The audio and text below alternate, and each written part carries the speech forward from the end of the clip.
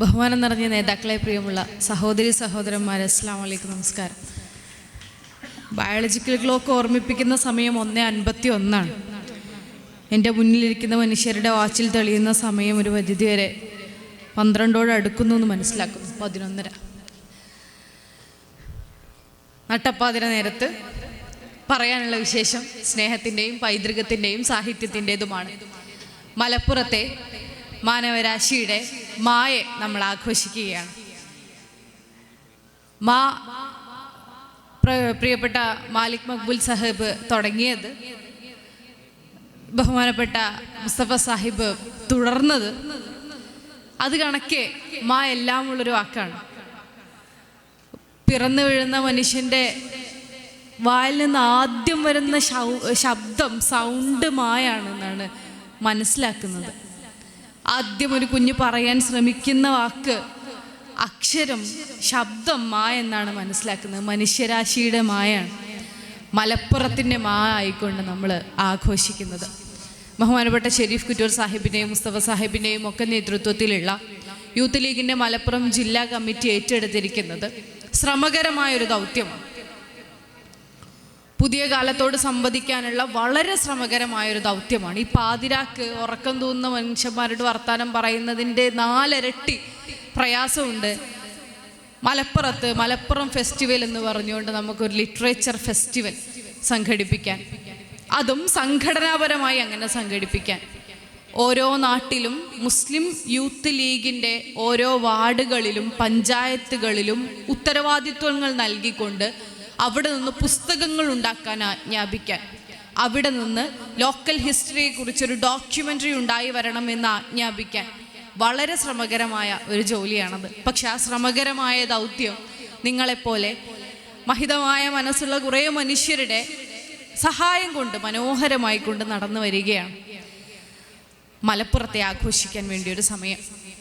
പ്രിയപ്പെട്ട മുസ്തഫ സാഹിബ് പറഞ്ഞുകൊണ്ടേയിരിക്കുകയായിരുന്നു, നിങ്ങൾ അല്ലെങ്കിൽ നമ്മൾ മനുഷ്യരെ സഹായിക്കാൻ വേണ്ടി നമ്മുടെ സമ്പത്തിനെ നീക്കിവെക്കുന്നു, സമയത്തെ നീക്കിവെക്കുന്നു.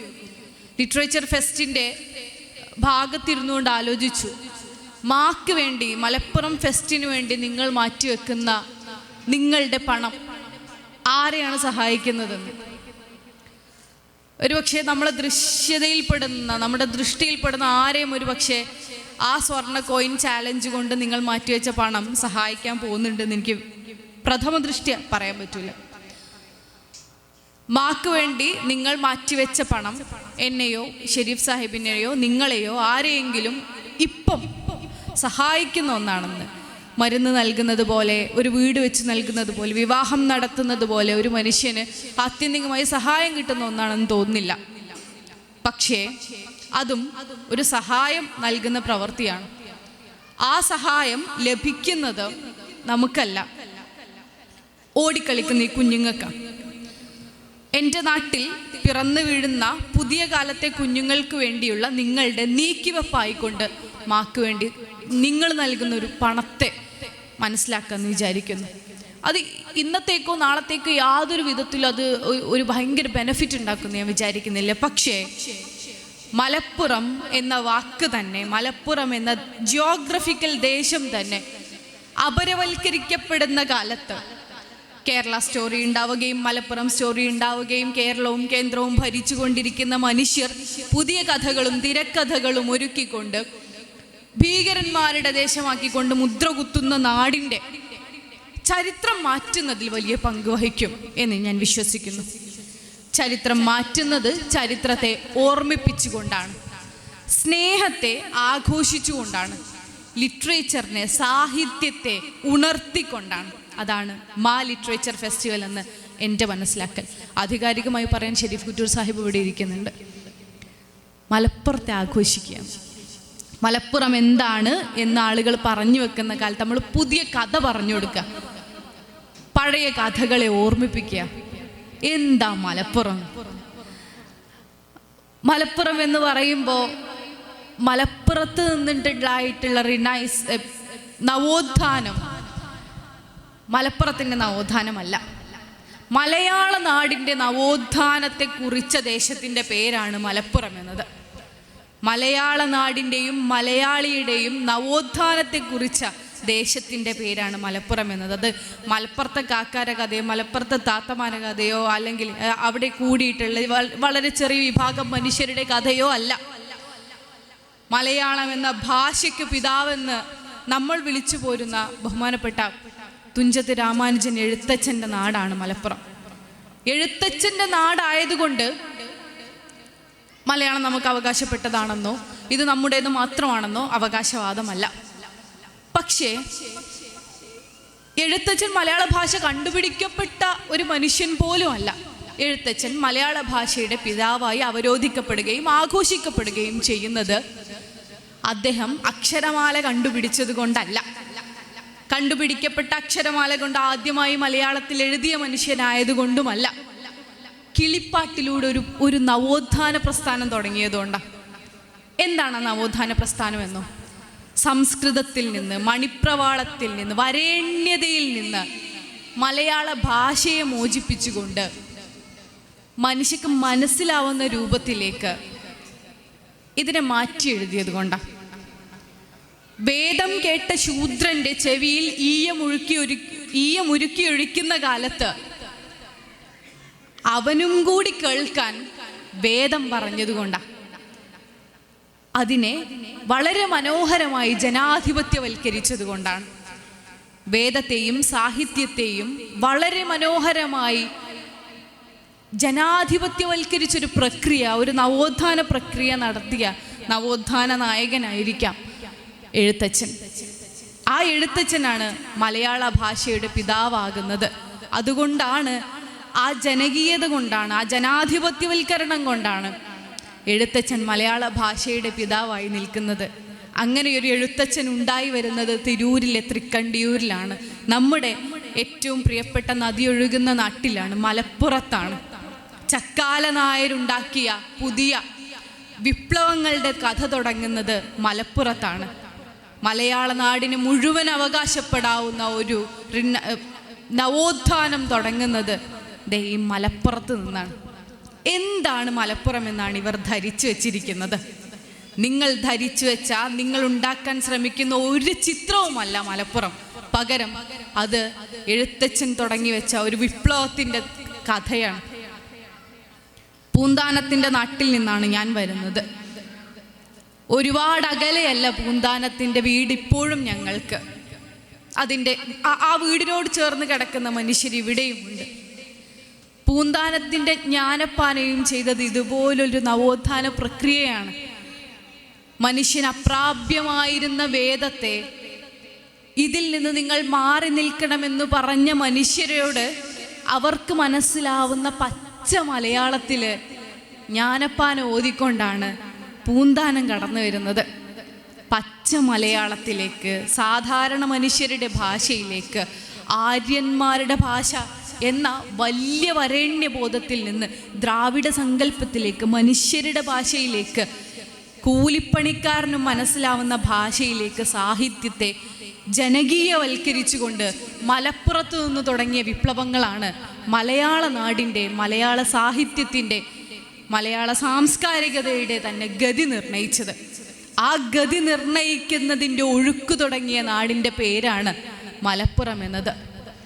ഒരുപാട് അകലെയല്ല കുഞ്ചൻ നമ്പ്യാർ തുള്ളൽ പ്രസ്ഥാനവുമായി ഇറങ്ങിയത്.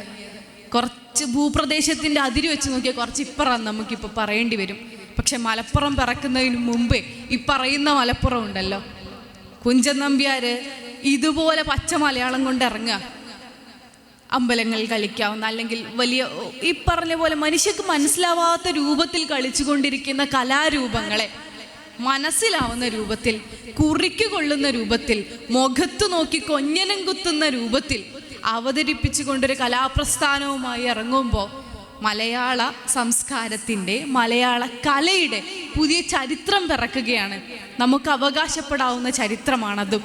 അതും നമ്മുടെ ഭൂപ്രദേശത്തിൽ നിന്ന് ഒരുപാട് അകലെയല്ല, നമ്മുടെ നിളാനദിക്കരയിൽ നിന്ന് ഒരുപാട് അകലെയല്ല, നമ്മുടെ സംസ്കാരത്തോട് യോജിച്ച് നിൽക്കുന്ന സ്ഥലങ്ങളിൽ കലയിൽ വിപ്ലവം തീർത്ത, സാഹിത്യത്തിൽ വിപ്ലവം തീർത്ത് മലയാള നാടിനെ ഡിഫൈൻ ചെയ്ത, നിർവചിച്ച തുടക്കം എവിടെ നിന്നാണെന്നറിയോ? മലപ്പുറത്ത് നിന്നാണ്. ആ മലപ്പുറത്തെ നമുക്ക് ആഘോഷിക്കേണ്ടതുണ്ട്. ഇവിടെ തുടക്കത്തിൽ ഒരുപാട് മനുഷ്യരുടെ പേരുകൾ സൂചിപ്പിക്കുകയുണ്ടായി. ഞാൻ ആലോചിക്കുന്നത്, ഞാൻ ആഗ്രഹിക്കുന്നത്, ഇതുപോലെ മനുഷ്യർക്ക് അപ്രാപ്യമായിരുന്നതിൽ നിന്ന് മനുഷ്യർക്ക് പ്രാപ്യമാവുന്നതിൽ, ഏറ്റവും സാധാരണക്കാർക്ക് പ്രാപ്യമാവുന്നതിലേക്ക് കലയെയും സാഹിത്യത്തെയും സ്നേഹത്തെയും കൊണ്ടുവന്ന മനുഷ്യരെ കുറിച്ച് ഓർമ്മിപ്പിക്കാനാണ്. ഭാഗ്യവശാൽ അവരിൽ പലരും മലപ്പുറത്തുകാരാവുന്നു. മോയിൻകുട്ടി വൈദ്യരെ കുറിച്ച് പറയാതെ മലപ്പുറം പൂർണ്ണമാവുകയോ തുടങ്ങുകയോ ഇല്ല. ബദറുൽ മുനീറും ഹുസ്നുൽ ജമാലിൽ ബദറുൽ മുനീറും ഒക്കെയുള്ള പാട്ട് നമ്മളെ ജീവിതത്തിൻ്റെ ഭാഗമാണ്. മാപ്പിളപ്പാട്ട് ജീവിതത്തിൻ്റെ ഭാഗമാണ്. മാപ്പിളപ്പാട്ടിന് തന്നെയുണ്ട് വലിയ രസമുള്ള ഒരു ചരിത്രം. അറബി മലയാളം സാഹിത്യത്തിൻ്റെ ചരിത്രം ഇപ്പോഴും സാഹിത്യ പഠിക്കുന്ന മനുഷ്യരുടെ പുസ്തകങ്ങളിലില്ലാത്ത, ചരിത്രങ്ങളിലില്ലാത്ത, ചരിത്രത്തിൽ നിന്നും മാഞ്ഞു പോയൊരു വലിയ അമൂല്യ നിധിശേഖര ചരിത്രമുണ്ട് അറബി മലയാളത്തിന്. പാട്ടുകെട്ടുകൾ എന്ന് പറയുന്ന വലിയ ചരിത്രം. മലബാറിലെ സ്ത്രീകളെ കുറിച്ച് അന്വേഷിച്ച് നോക്കുമ്പോൾ ഇൻവിസിബിൾ ആയിട്ടുള്ള, കാണാൻ പറ്റാത്ത, ഒന്നുമേ ഉണ്ടായിട്ടില്ല എന്ന രൂപത്തിലുള്ള ചരിത്രമാണ് നമുക്ക് മുന്നിൽ വെളിപ്പെടുക. കാരണം രേഖപ്പെടുത്തപ്പെടാതെ പോയ ചരിത്രങ്ങളായിരുന്നു അത് എന്നുകൊണ്ടാണ്. അല്ലാതെ മലബാറിലെ പെണ്ണുങ്ങളില്ലാഞ്ഞതുകൊണ്ടോ പെണ്ണുങ്ങൾ ഏതെങ്കിലും തരത്തിൽ നവോത്ഥാന പ്രക്രിയയുടെ, സാഹിത്യത്തിൻ്റെ, കലയുടെ, സാംസ്കാരികതയുടെ ഭാഗമാവാതിരുന്നത് കൊണ്ടോ അല്ല. ദൗർഭാഗ്യവശാൽ അത് എഴുതപ്പെട്ടിട്ടില്ല. പക്ഷെ അറബി മലയാളം ചരിത്രം പഠിച്ചു പോയാൽ മലബാറിലെ പെണ്ണുങ്ങൾ ദൃശ്യമായി വരും. പാട്ടുകെട്ടുകളിൽ അവരുടെ സാഹിത്യവും കലയും ജീവിതവും കാണാൻ സാധിക്കും. പാട്ടുകെട്ടിൻ്റെ പ്രത്യേകത എഴുതി വെച്ച പാട്ടല്ല പാട്ട്. അവരുടെ ജീവിതത്തെക്കുറിച്ച്, സാമൂഹിക ജീവിതത്തെക്കുറിച്ച്, രാഷ്ട്രീയമായ ബോധ്യങ്ങളെക്കുറിച്ച് വാമൊഴിയായി പകർന്നു വന്ന പാട്ടുകളാണ് പാട്ടുകെട്ടുകൾ. ആ പാട്ടുകെട്ടുകളിൽ യഥാർത്ഥത്തിൽ മലബാറിലെ സ്ത്രീ ചരിത്രം മുഴുവനും ഉണ്ടെന്ന് പറയാം. പക്ഷെ കയ്യിലില്ല. ഇങ്ങനെ കുറേ അമൂല്യമായ നിധിശേഖരങ്ങൾ ഇതിൻ്റെ ഉള്ളിൽ ഒളിഞ്ഞും കിടക്കുന്നുണ്ട്. തെളിഞ്ഞു കിടക്കുന്ന വലിയ ചരിത്രത്തിനപ്പുറത്തേക്ക് ഒളിഞ്ഞു കിടക്കുന്ന ചരിത്രമാണ് ഒരുപാടുള്ളത്. ആ ഒളിഞ്ഞു കിടക്കുന്നതിലേക്ക് ഊഴ്ന്നിറങ്ങാൻ നമുക്കൊരവസരം ആവശ്യമാണ്. ആ അവസരമാണ്, ആ തുടക്കമാണ് മാ ലിറ്ററേച്ചർ ഫെസ്റ്റിവൽ.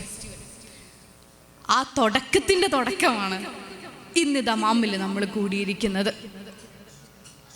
ആ തുടക്കത്തിൻ്റെ തുടക്കത്തിൽ ആദ്യം അമ്മക്ക് വേണ്ടത് അവനവനെ കുറിച്ചൊരു കോൺഫിഡൻസ് ആണ്. മലപ്പുറത്തെക്കുറിച്ച് സംസാരിക്കുമ്പോൾ ചില്ലറക്കാരല്ല മലപ്പുറം എന്നൊരു തോന്നൽ നമ്മുടെ ഉള്ളിലുണ്ടാകുമ്പോൾ, ആത്മവിശ്വാസം നമ്മുടെ ഉള്ളിലുണ്ടാകുമ്പോഴാണ് തുടക്കത്തിന് ഭംഗി കൂടുക. ചരിത്രം അങ്ങനെ എഴുതി പറയാൻ, പാടി പറയാൻ ഒരുപാടുണ്ട്. പ്രത്യേകിച്ച് ഒരു കാര്യം കൂടി ചരിത്രത്തിൽ നിന്ന് എടുത്തു ഓർമ്മിപ്പിക്കണമെന്ന് ആഗ്രഹിക്കുന്നു. അത് ഇതുപോലെ സംഗീതത്തെ തന്നെ ജനകീയമാക്കിയ ഒരു പൊന്നാനി പാരമ്പര്യത്തെക്കുറിച്ചാണ്. നമ്മൾ ഈ സംസാരിക്കുന്ന ചരിത്രം എന്ന് പറയുന്ന കാലം ഒരുപാട് അകലെയൊന്നുമല്ല. 10, 50, 60, 70, 80 വർഷങ്ങൾക്ക് മാത്രം മുമ്പുള്ളൊരു കഥയെക്കുറിച്ച് പറയുന്നു. പക്ഷെ അപ്പോൾ പോലും മനുഷ്യരെന്ന ഒറ്റ വാചകത്തിലേക്ക് എല്ലാ മനുഷ്യന്മാരും ഒന്നു ചേർന്നിട്ടില്ല. അവിടെ ജാതിയുണ്ട്, മതമുണ്ട്, ജാതിയിലെ വിവിധ ശ്രേണികളുണ്ട്. ആ ശ്രേണികളിൽ പഠിക്കാൻ പറ്റുന്നവരും പറ്റാത്തവരുമുണ്ട്, ദൃശ്യതയിൽ പെടാവുന്നവരും പെടാൻ സാധിക്കാത്തവരുമുണ്ട്. നടക്കുന്ന വഴിയെ ചൂലുകൊണ്ട് നടന്ന് അവർ നടന്ന വഴിത്താരയിൽ അവരുടെ പാദങ്ങളെ മായ്ച്ചു കളയേണ്ടി വന്ന മനുഷ്യരുണ്ട്. മനുഷ്യർ എന്ന വാക്കിലേക്ക് അവരെത്തുന്നതിനു മുൻപേയുള്ള വളരെ കുറച്ചു കാലം മുൻപുള്ള ചരിത്രം. ആ കാലത്ത് പോലും പൊന്നാനിയിലെ ഇശൽ രാത്രികൾ എന്ന് പറയും.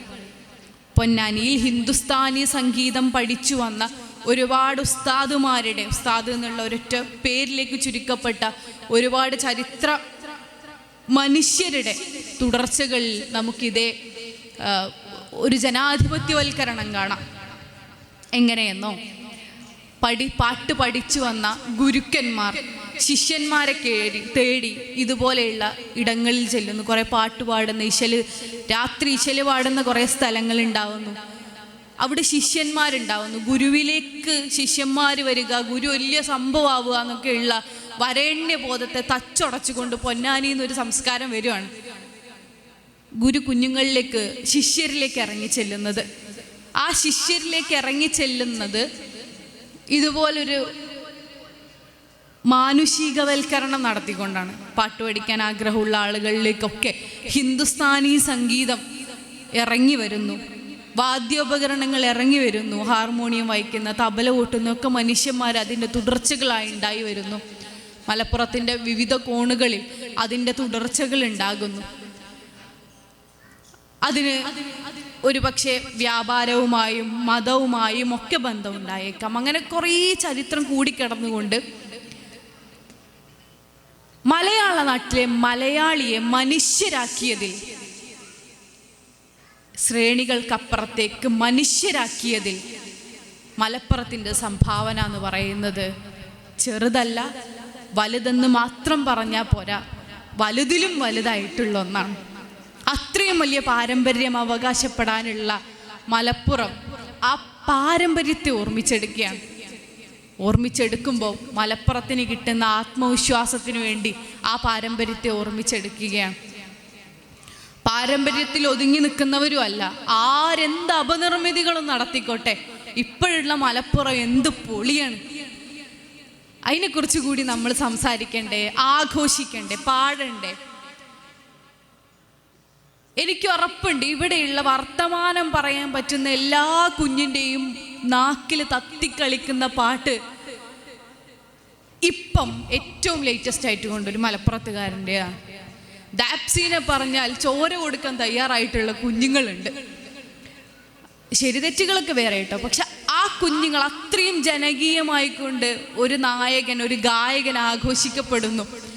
അവൻ മലപ്പുറത്തുകാരനാണെന്ന് പറയുന്നതിൽ നമ്മൾ എന്തിനാണ്, അത് നമ്മളതാണെന്ന് അവകാശപ്പെടുന്നതിൽ നമ്മൾ എന്ത് രസമായിട്ട് കാണേണ്ട സാധനമാണത്. ഇനി അത് മലയാളികളോ മലയാളം പാട്ട് കേൾക്കുന്നവരോ അല്ല, ലോകം മുഴുവനും ആഘോഷിച്ച ഹനുമാൻ കൈൻറ്റിൻ്റെ പാട്ട് കേട്ടിട്ടില്ലേ? നമുക്ക് കേട്ടാൽ പെട്ടെന്ന് മനസ്സിലാവാത്ത ഇംഗ്ലീഷും മലയാളം എന്തൊക്കെയോ കൂട്ടിക്കുഴഞ്ഞ ഭയങ്കര രസമുള്ളൊരു ഒരു പുതിയ മിക്സ്ചർ ഓഫ് സോങ് വരുന്നില്ലേ? ആ പാട്ടുകാരൻ കൊണ്ടോട്ടിക്കാരൻ സൂരജാണ് എന്ന് പറയുമ്പോൾ മലപ്പുറത്തുകാരനുണ്ടാവുന്ന രോമാഞ്ചത്തിനെ നമ്മൾ എന്തിന് മാറ്റി നിർത്തണം? അത് നമ്മൾ അനുഭവിക്കേണ്ടതാണ്. നമ്മുടെ കൂട്ടത്തിൽ നിന്നുണ്ടാകുന്ന ഓരോ ഉയർച്ചയെയും മലപ്പുറത്തേക്ക് ചൂണ്ടിക്കൊണ്ട് കണ്ടില്ലേ, പ്രാകൃതരായ മനുഷ്യർ എന്ന് നമ്മെ ചൂണ്ടിക്കാണിക്കുന്ന, നമ്മുടെ തലയിലെ തട്ടം കണ്ടിട്ടോ അല്ലെങ്കിൽ പറഞ്ഞ തലയിലെ തൊപ്പി കണ്ടിട്ടോ ഒക്കെ ഇത് ഭയങ്കര പ്രശ്നമാണെന്ന് വിചാരിക്കുന്നവരോട്, തൊപ്പിയിട്ട ഉസ്താദിൻ്റെ മോള് 19-ാം വയസ്സിൽ ഇതാ വിമാനം പറത്തി കഴിഞ്ഞു എന്ന് പറയുമ്പോൾ അത് മലപ്പുറത്താണ് സംഭവിക്കുന്നത് എന്ന് പുതിയ കാലത്തെ നമുക്ക് ആഘോഷിക്കേണ്ടതില്ലേ? നക്ഷത്രത്തിന് പേരിടുന്ന പെൺകുട്ടികൾ ഉണ്ടാകുന്നതും മലപ്പുറത്ത് നിന്നാണെന്ന് പുതിയ കാലത്തെ ഓർത്ത് നമ്മൾ രോമാഞ്ചം കൊണ്ടുകൊണ്ട് ആഘോഷിക്കേണ്ടതില്ലേ?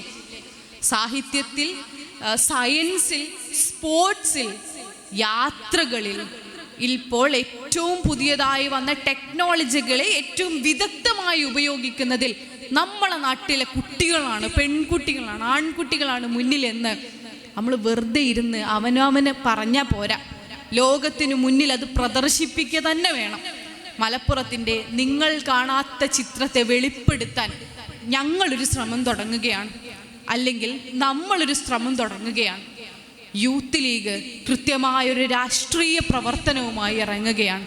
പാണക്കാട്ടെ തങ്ങളുടെയും EMS നമ്പൂതിരിപ്പാടിൻ്റെയും നാടായ മലപ്പുറത്തെ ഏറ്റവും മനോഹരമായിക്കൊണ്ട് ഈ ലോകത്തിന് മുന്നിൽ അവതരിപ്പിക്കുകയാണ്.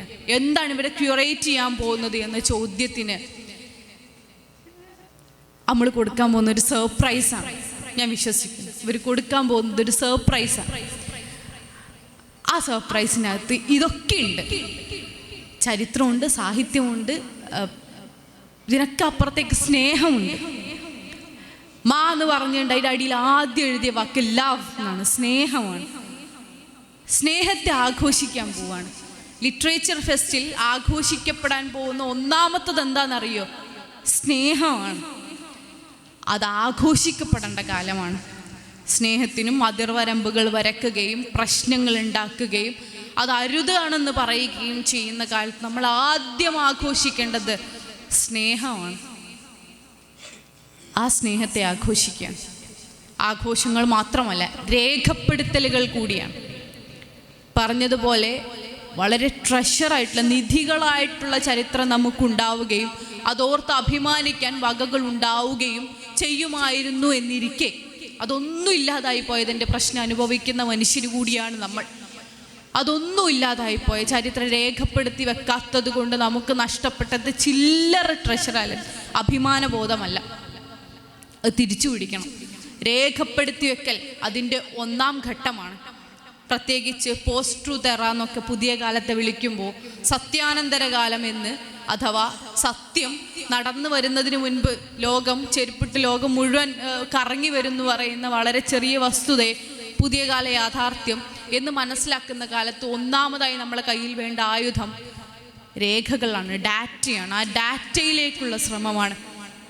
ഒരൊറ്റ ദിവസം കാണുന്ന ലിറ്ററേച്ചർ ഫെസ്റ്റിവൽ അല്ല അത് നിരന്തരമായി തുടങ്ങിക്കഴിഞ്ഞിട്ടുള്ളൊരു യാത്രയാണ്. അവിടെ നിന്ന് വരുന്ന പുസ്തകങ്ങൾ, ഡോക്യുമെൻ്ററികൾ, വീഡിയോകൾ ഒരുപാടാണ്. അത് രേഖപ്പെടുത്തി വെക്കലാണ്. ചരിത്രത്തോട്, അടുത്ത തലമുറയോട് നമ്മൾ ചെയ്യുന്ന ഒന്നാമത്തെ നീതിയാണത്. ആഘോഷിക്കലാണ്, രേഖപ്പെടുത്തലാണ്, ഓർമ്മിക്കലാണ്, ഓർമ്മിപ്പിക്കലാണ്, പ്രദർശിപ്പിക്കലാണ്. ആ പ്രദർശനം മനോഹരമായിരിക്കും. അതിന് നിങ്ങൾ നൽകിയ സംഭാവനകൾ ചെറുതല്ലാത്ത രൂപത്തിൽ എല്ലാ കാലത്തും ഓർമ്മിക്കപ്പെടുന്നതായിരിക്കും. ഇനി ആരോർത്തിയില്ലെങ്കിലും അത് കണക്ക് പുസ്തകത്തിൽ, കാലത്തിൻ്റെ കണക്ക് പുസ്തകത്തിൽ ഉണ്ടാവും. അതിനുവേണ്ടി നിങ്ങൾ മാറ്റിവെച്ചതൊന്നും വൃഥാവിലാവില്ല എന്നൊരു ഗ്യാരണ്ടി എനിക്ക് തരാനും സാധിക്കും. പ്രത്യേകിച്ച് ഈ വേദിയെ സാക്ഷി നിർത്തിക്കൊണ്ട് ദമാമിൽ വരികയും ഇവിടെയുള്ള പ്രവർത്തകരുടെ, ഇവിടെയുള്ള സാധാരണക്കാരായ നിങ്ങളെപ്പോലെയുള്ള മനുഷ്യരുടെ ഊർജം അനുഭവിക്കുകയും ചെയ്യുമ്പോൾ, പ്രത്യേകിച്ച് സ്ത്രീകളുടെ, ഇവിടെ വന്നപ്പോൾ മനസ്സിലായ ഒരു സാധനം, ഇവിടെ ഭയങ്കര സെറ്റപ്പിൽ വനിതാ KMCC ഒക്കെ വർക്ക് ചെയ്തുകൊണ്ടിരിക്കുന്നു എന്നുള്ളത്. അവരൊക്കെ ഒരുമിച്ച് പ്രവർത്തിക്കുന്നത് വൃഥാവിലാവില്ല. അത് ചരിത്ര നിർമ്മിതിയിലേക്കുള്ള നിങ്ങളുടെ ഒന്നാമത്തെ സംഭാവനയാണ്. വീട് കെട്ടുക എന്ന് പറയുന്ന സാധനത്തിൻ്റെ ഉദ്ദേശം വീട് കെട്ടിത്തീരുന്നതോടുകൂടി ഒരു പരിധിവരെ പൂർത്തിയാവുമായിരിക്കാം. പല കാര്യങ്ങൾക്കും വേണ്ടി നിങ്ങൾ ചെലവഴിക്കപ്പെടുന്ന പണവും ഊർജവും സമയവും അതിൻ്റെ എഫക്റ്റ് ഉണ്ടാക്കുന്ന കാലവും കമ്പയർ ചെയ്ത് നോക്കിയാൽ ഇതിനു വേണ്ടി നിങ്ങൾ ചെലവഴിക്കപ്പെടുന്നത് തലമുറകൾ നിങ്ങളോട് ഓർത്ത് നന്ദി പറയുന്ന ഒന്നായിരിക്കും എന്ന് മാത്രം സൂചിപ്പിച്ചുകൊണ്ട് എൻ്റെ സമയം അധികം എടുത്തെങ്കിൽ ക്ഷമ ചോദിച്ചുകൊണ്ട് ഞാൻ എൻ്റെ വാക്കുകൾ ഉപസംഹരിക്കുന്നു. ഏവർക്കും നന്ദി. അസ്സലാമു അലൈക്കും. നന്ദി നജ്മ തബ്ഷീറ.